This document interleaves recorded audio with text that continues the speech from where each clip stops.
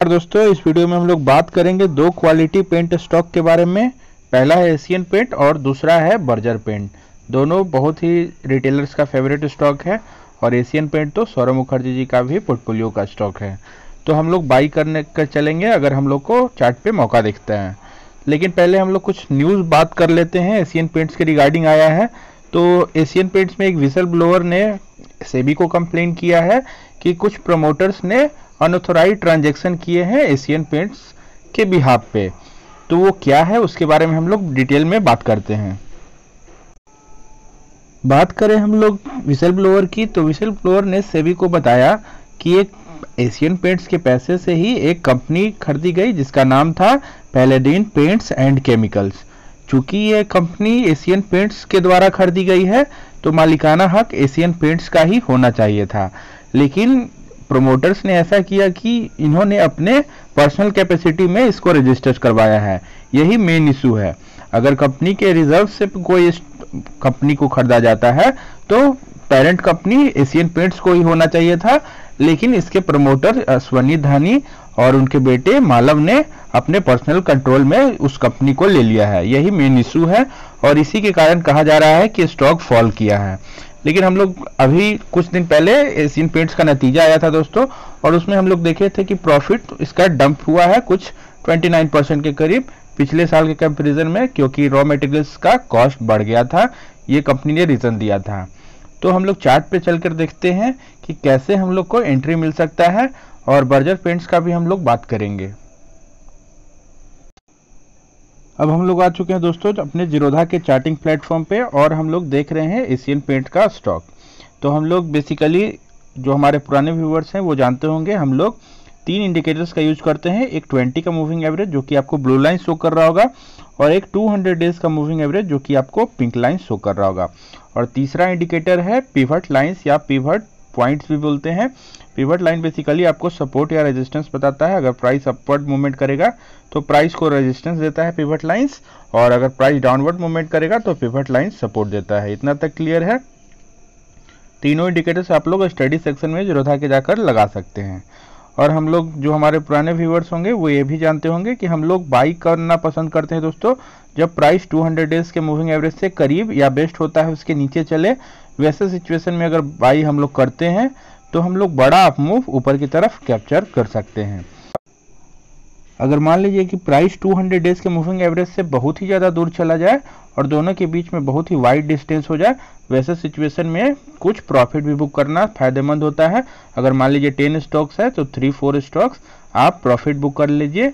ऐसे करने से आपका रिटर्न जो होता है इन्हांस हो जाता है at the end of year. क्योंकि हर बार अगर प्राइस बहुत ही ज़्यादा दूर जाएगा दोस्तों तो बहुत ज़्यादा प्रोबेबिलिटी है कि प्राइस एक करेक्शन शो करता ही है। ये करेक्शन बहुत डीप भी हो सकता है, 200 डेज के पास भी आ सकता है। अगर ज़्यादा बुलिश मोमेंटम है तो ऊपर से ही ऊपर चला जाता है। जैसे हम लोग एशियन पेंट्स में फिलहाल हम लोग देख रहे हैं, नज़दीक आया था फिर ऊपर चला गया। लेकिन हम लोग देखें यहाँ पे 200 डेज से बहुत ही ज़्यादा दूर चल रहा था, और इस रेजिस्टेंस पे लगभग 3-4 बार यहाँ पे हम लोग को दिख रहा है कि प्राइस इसको ब्रेक नहीं कर पाता है, इस हॉरिजॉन्टल लाइन ऊपर वाला को, और यहाँ से प्राइस फॉल कर जाता है। और हम लोग न्यूज़ भी देखे थे दोस्तों कि इसमें क्वार्टरली रिजल्ट इसका एशियन पेंट का अच्छा नहीं आया था, और इसका विसल ब्लोअर वाला भी न्यूज़ आया है, उसके कारण बेरिश मोमेंटम और भी तेज हो गया था।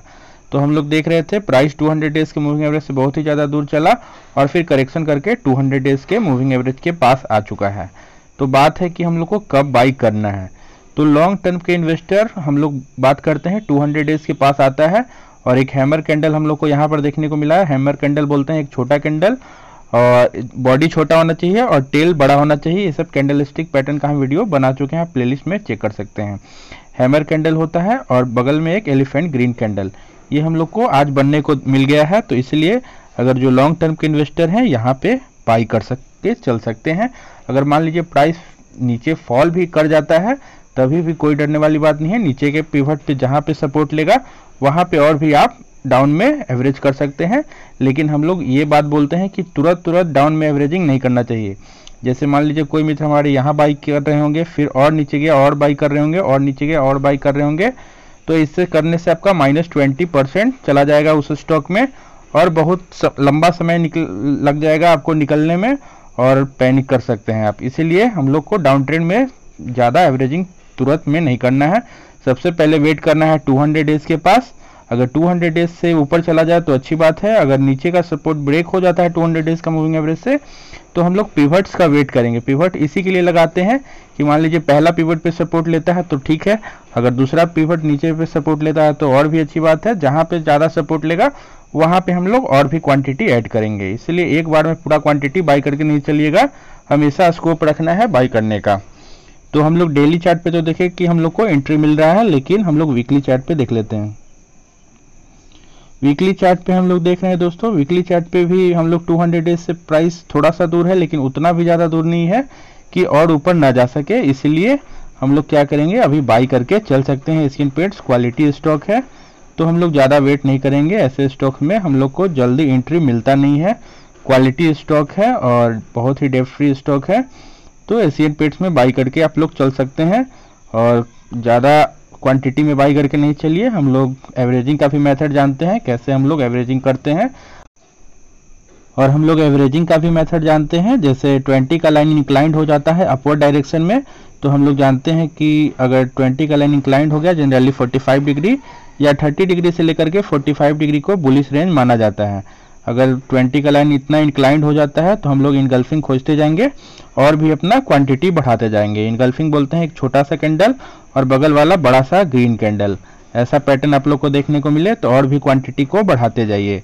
जैसे देखिएगा 20 का लाइन इंक्लाइंड होता है, एक बार यहाँ बाई कीजिए, यहाँ पर बाई कीजिए, लेकिन बात याद रहे 200 डेज से मूविंग एवरेज से ज़्यादा दूर आप ज़्यादा बाई करके न चलें।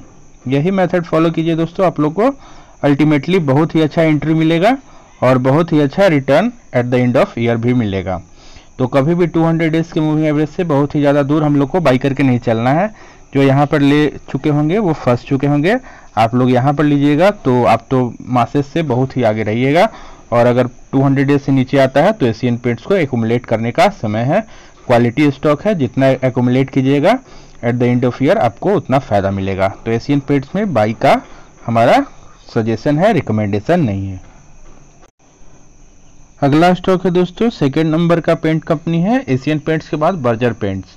बहुत ही क्वालिटी और डेप्थ फ्री स्टॉक है, इसमें भी हम लोग एंट्री ले सकते हैं। पिछले कुछ सालों में बहुत ही अच्छा रिटर्न हम लोग को देखने को मिला था। और बात करें तो इसी मेथड का अगर 200 डेज के करीब में बाई करते तो देखिए कितना बड़ा प्रॉफिट गेन करते और बहुत ही ज़्यादा दूर चला जाता, कुछ प्रॉफिट भी बुक कर सकते थे।